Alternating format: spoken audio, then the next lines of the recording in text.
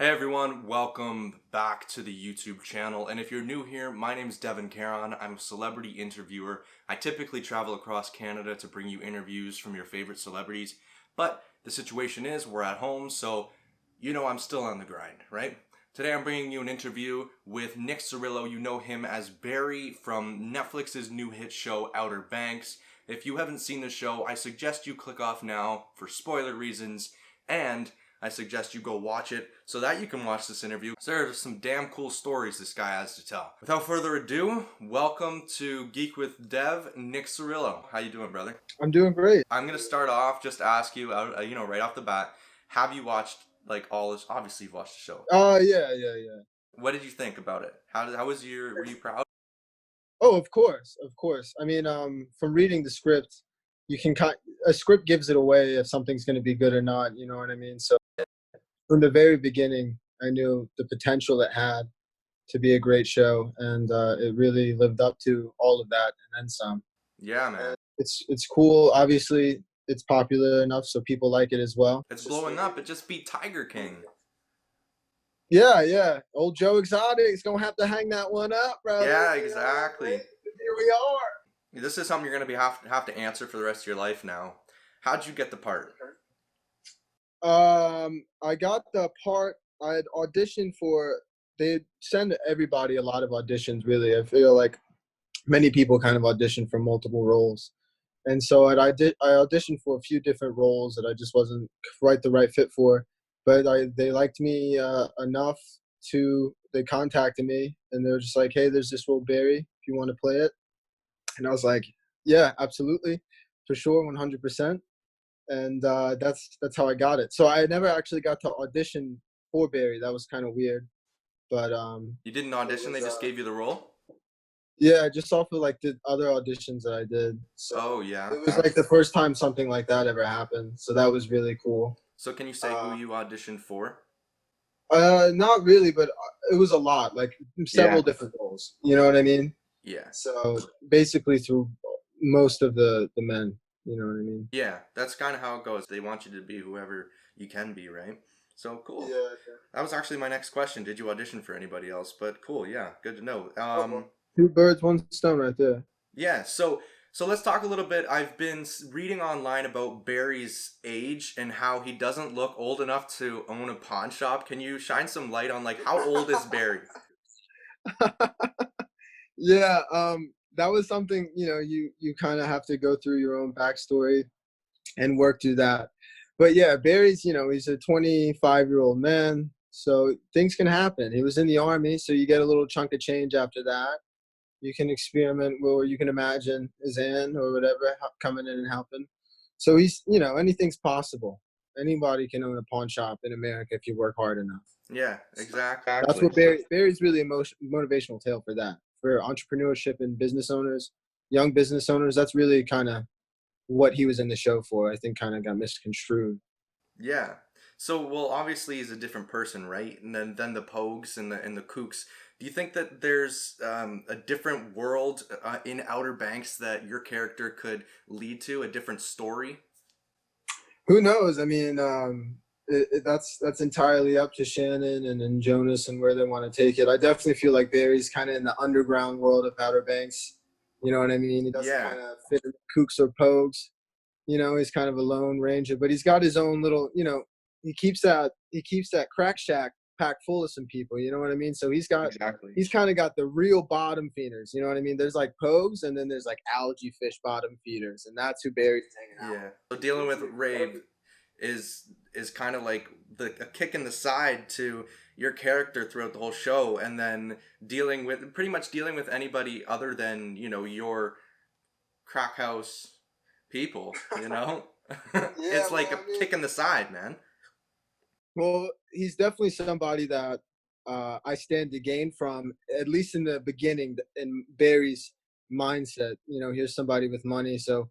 Yeah. Of course, you're thinking anybody from one side of the grass thinks the other one's better. So Barry's looking at Rafe like, here's the rich country club boy. I could probably wrangle him in, make some money off of him. Of course, that doesn't go so well. Fronting him some dope doesn't turn out to be a profitable investment. No. So how was the journey getting into your character? Do you take that seriously, getting into character? Were you guys calling each Yeah, other character names on set? well, it's kind of. I mean, I wasn't going around calling people really by their names, by their character names. I usually would call them by their real Real name. name, Okay, yeah. yeah. But they do a good job on set.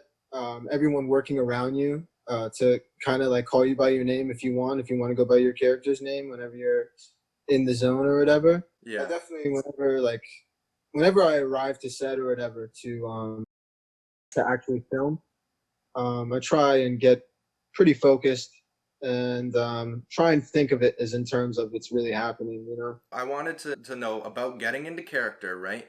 Tell me a bit about your Instagram post that just kind of blew up about what you had to do to get into the role of Barry. What happened with that tooth, man? I don't know, man. I don't know what happened with the tooth. It was what it was, you know. The tooth. I want to keep the tooth a mystery. Just keep it. Just Keep it a mystery. that's all I got. All right. Just keep it riding. Fair enough. That's like this show, man, is a mystery. And that's why I love this show. It's not I reviewed it. I'm like, it's not another Riverdale. It's not a drama, but it's a mystery. Like you're walking into Yes, yeah. Yeah. Yeah, well, it definitely separates itself from what people would try and box in to be a typical teen show or the typical teen drama type of stuff because it does have a lot of different themes and things that it ties in to where a lot adults are. It's not just for kids and teens for sure. No, yeah. While this show is blowing up, I noticed that the cast is bonded like sincerely. I seen you on the Instagram live commenting and stuff, and like you guys just seem to like understand each other. How was that bonding Experience. Um, well, it's really easy to work with nice people. You know what I mean? Everyone, I haven't met a single bad person. There's not a bad egg in anyone in the cast, behind the camera, anywhere. I mean, it was kind of such like a phenomenal summer project. You know what I mean? Yeah. And it was just so much fun. And I never certainly encountered any issues at all with anyone. You know what I mean? Everyone was just having such a great time. So it's so easy to kind of form a nucleus with everyone. You know what I mean? When everyone's just laid back, there's nothing to worry about with ego or anything like that. You know what I mean? Everyone's just Yeah. genuinely nice. So Yeah. it's kind of inevitable for everyone to just kind of get closer that way.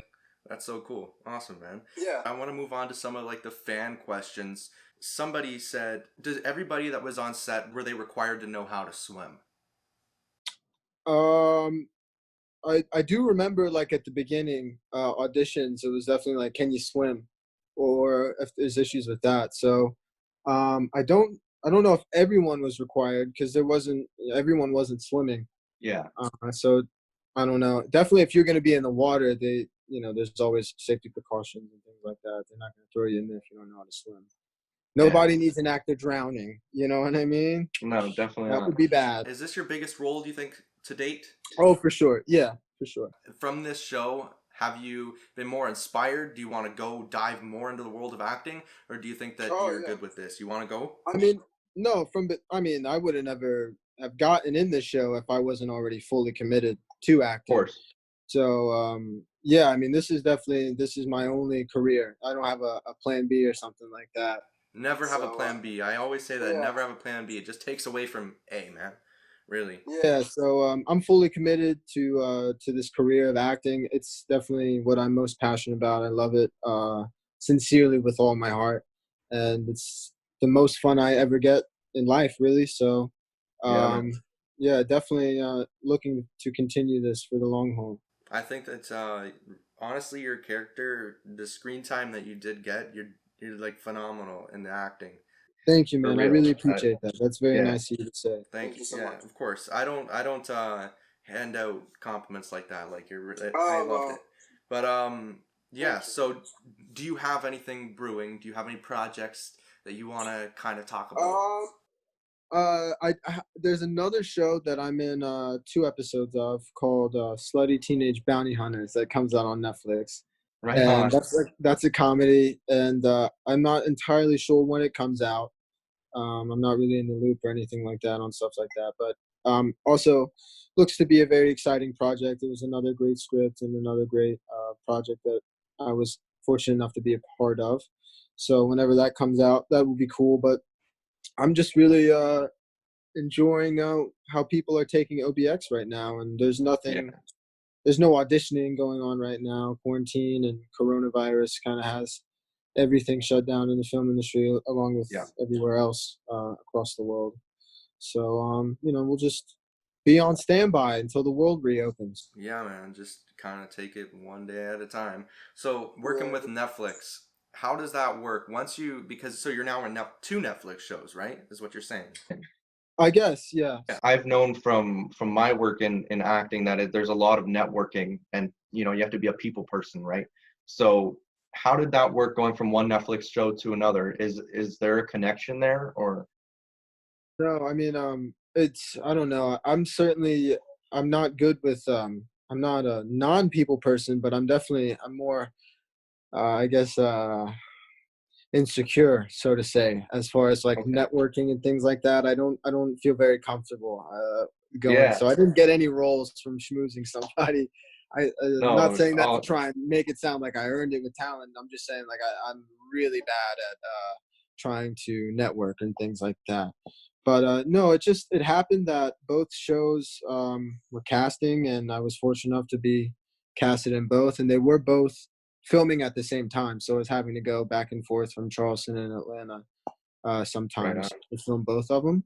So that was kind of a little bit of a difficulty, but I mean, there was no, I don't think there was any, I don't know if there's any back end talking really from like people making decisions, and if somebody gave a recommendation from one project to the other. No, I just really wanted to know how it works up when the Netflix It's Netflix all shows random, come out. dude. I mean, it's all like Yeah. to me. It's like you send out an audition into the ocean, and every every now and then you get a little nibble. And I mean, I don't know. It feels very random, of course, how everyone feels. I feel like.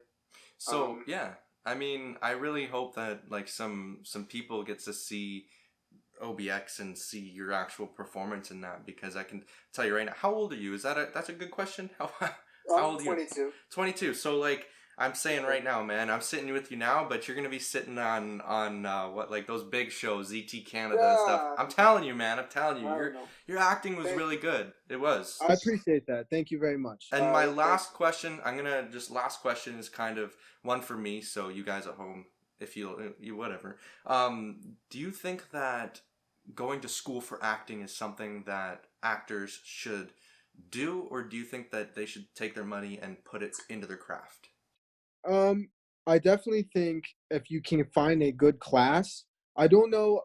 I I personally didn't go to a theater school, or I didn't go to a college, so to speak on that, I don't believe would be fair because I don't have any perspective on that. I know for me personally, I made the decision to kind of go around and try and find some classes because that's obviously cheaper than an actual college tuition. Yeah. And I was fortunate enough after experimenting with a few different classes, I found Actors Group in Winston-Salem because I'm actually from North Carolina. Oh yeah, And yeah, yeah, I have yeah. so A much lot of family down there. oh, very cool. Yeah. So Yeah. I'm from North Carolina, and I was fortunate enough to find a class called Actors Group in Winston-Salem, and that was the best training I've experienced thus far. And anything that I've learned really came from there. And so you can find a class, and that was a couple $100. You know what I mean, to stay in that class. So much better for my personal experience than going to a theater school, or at least for Yeah. cost. And no, to answer your question, you don't have, it's kind of people as far as artists go, sometimes people will have it, you know what I mean? It's kind of like athletics. Sometimes you're an animated, charismatic person, and if you get a little bit of training, it's just something you can get and you can run with, you know what I mean? Not to say that if you're not like that, you don't have a chance of success. It's just really how passionate you are about something. Yeah, cool. Well, I appreciate you taking the time of day to give a small guy like me a shot. Oh, There's a lot of people who, dude, would. Wouldn't. I'm a So I small just. guy too, man. Don't worry. We're both growing, and I Yeah. appreciate you for even asking or being interested in me. For real. It was Yeah. very nice of you to be interested. All right, thank you. Anyways, make sure you check out his Instagram. It's Nick_V_Cirillo. If you haven't already, make sure you subscribe and stay tuned for more videos. Thanks for coming on with me. Thank you so much, man. For real. Stay safe.